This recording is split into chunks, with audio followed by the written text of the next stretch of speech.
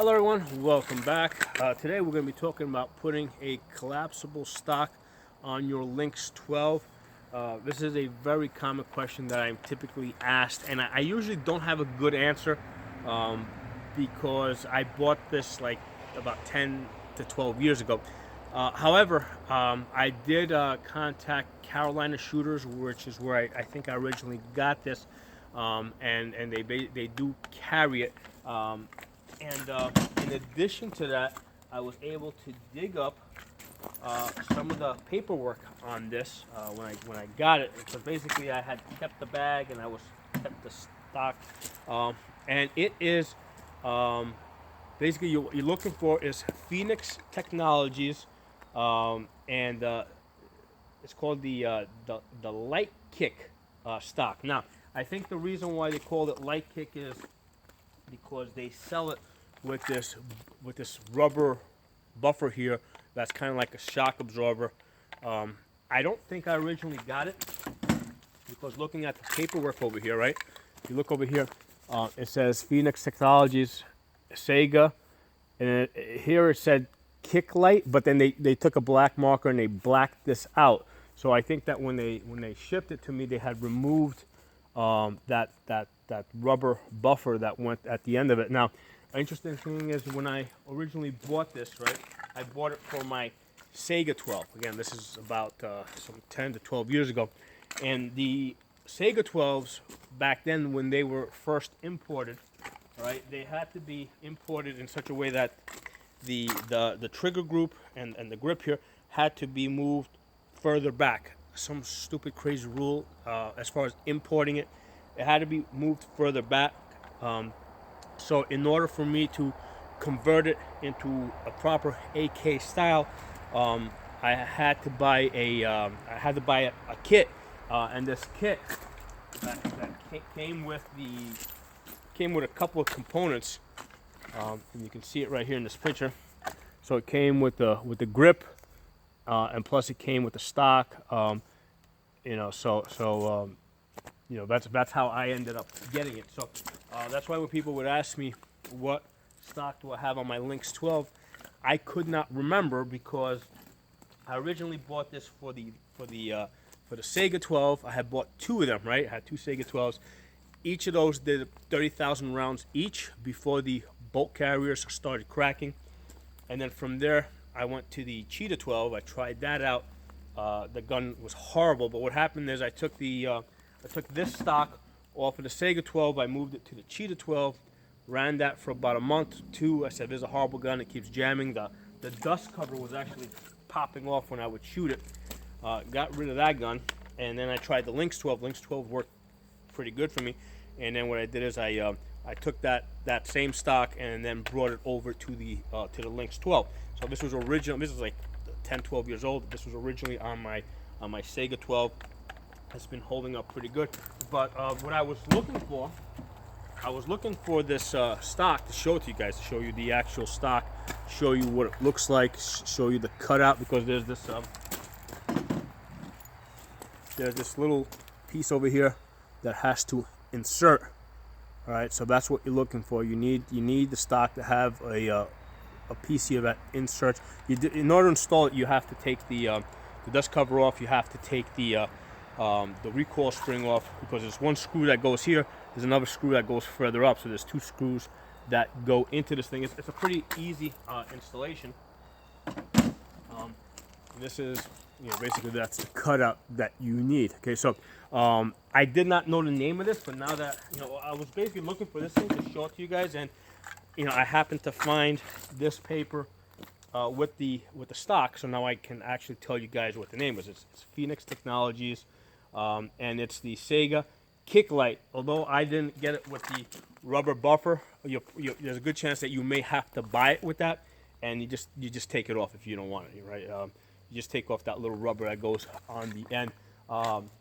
Carolina Shooters has it.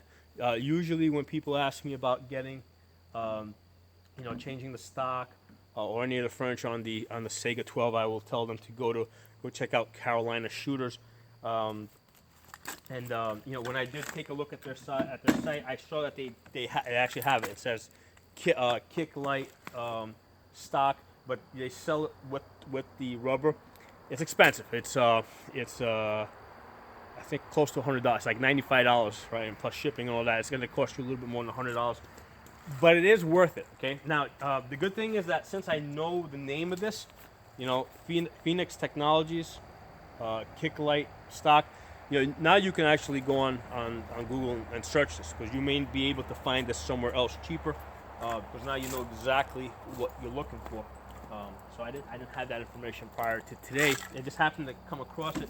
Good thing I held on to this paper and I've kept it in the bag where I got it. Now, one of the reasons why it's worth paying the money to upgrade the stock. First of all, having a collapsible stock is great because, you know, what I find is I can have somebody with really long arms shoot this gun, and then I can shorten this up for the women or for the kids to shoot this gun. You know, so for me, that's a really important characteristic. I need a collapsible stock because I have people of different sizes shoot this gun. Now, the other reason why you want this stock is because of the way that we generally shoot guns these days, or ARs. You know, we're pretty much, the way we shoot is we put the toe into the chest, right? Toe goes into your chest, right? And basically that's like a hinge point, right? So come up, you know, if you're going to be busting say discs, right? So basically that toe makes contact with your chest, and then basically when you come up, basically the scope or your sights line up with your eye. This is like way up in the air up here, right? Now, if you're using this stock over here, if you notice, this kind of actually comes out like this a little bit. So if you're using this in the traditional, not traditional, in the way that we generally shoot ARs and AKs today, you know, with the AR stocks on them, if you put that toe into your shoulder, you've got this real sharp edge now that's digging into your shoulder, all right? And the other thing is with this, if you put these side by side, if you went and make it a little bit longer, kind of match it. All right, so if you put this side by side, what you'll notice is the toe drops a little bit further down. So it's about, you know, basically the toe drops about an inch. So again, if you're used to shooting ARs, and then you shoot this, it's going to feel a little bit weird. This is basically meant to be held a little bit lower, and for you bring your head down a little bit lower, okay? Which is fine. I mean, that's how you shoot an AK. But however, that's not how I shoot. I mean, I've been training with ARs for so long. It's a lot easier for me to just modify the gun, you know, so I can be shooting consistently, you know, the way I normally shoot. Okay, so that's one of the reasons why I would want to upgrade this. Now they also sell furniture, which is great because you can put like lights and stuff on that. They're like stupid expensive. We're talking like $250. What I ended up doing is I just ended up taking a 3-slot rail and just it's an M-lock rail. I drilled the plastic here, and I put it, you know, basically I just put the M-lock rail over here, and what I do is I put a pistol light over here, right? So instead of using a rifle light, I put a pistol light that I'm able to activate with my finger on this side, you know, and then that's how I shoot this at, you know, if I want to bust play discs at night or something, that's how I use this gun. So I have found this to be adequate. I generally don't change things unless I have a need to change things, right? So I needed to put a rail here so I can mount the light. The mounting points for the sling are kind of okay. I don't love it. That might be a reason why I might upgrade this at some point, or what I might just do is put another 3-slot rail on this side over here, and then basically I can mount the a QD to that and use that for sling. But for now, I just hook up to this over here, and then I hook up. I'll have a QD mount on this side over here. So that's generally how I've been shooting this. So here's the thing. I mean, I'm okay with this with the forearm grip over here. I can put the light here, but works fine for me. But this, I had to change. You know, I had to change this in order for me to be able to use this the way I use it, the way I train people, where I train people at different arm lengths.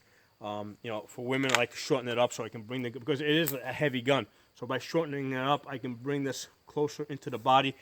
As far as that little rubber buffer here, you're not going to need it because what happens is the recoil spring acts as a shock absorber. So what I find is that most women are able to shoot this without needing that extra rubber cushion over here. Now, occasionally I will get one that's like, no. But I think those are cases where even if I had the little rubber thing there, she probably wouldn't have liked it anyway. You know, usually I just put them on regular AR-15s, really light recoil, they like shooting those, and that works out good. So yeah, I wanted to put this out there. So that's what you're looking for. If you're looking to put a collapsible AR style stock on your Lynx 12, you're looking for Phoenix Technologies light kick, and Carolina Shooters has it. I checked it today; they have it. And if you do some searching, you might be able to find this from other sources. You might even try. Maybe you can get it directly from them. I don't know. So yeah, some information for you guys. I hope it's useful. If you got any questions, drop some comments below. If you're not a member, subscribe. I'll talk to you guys soon.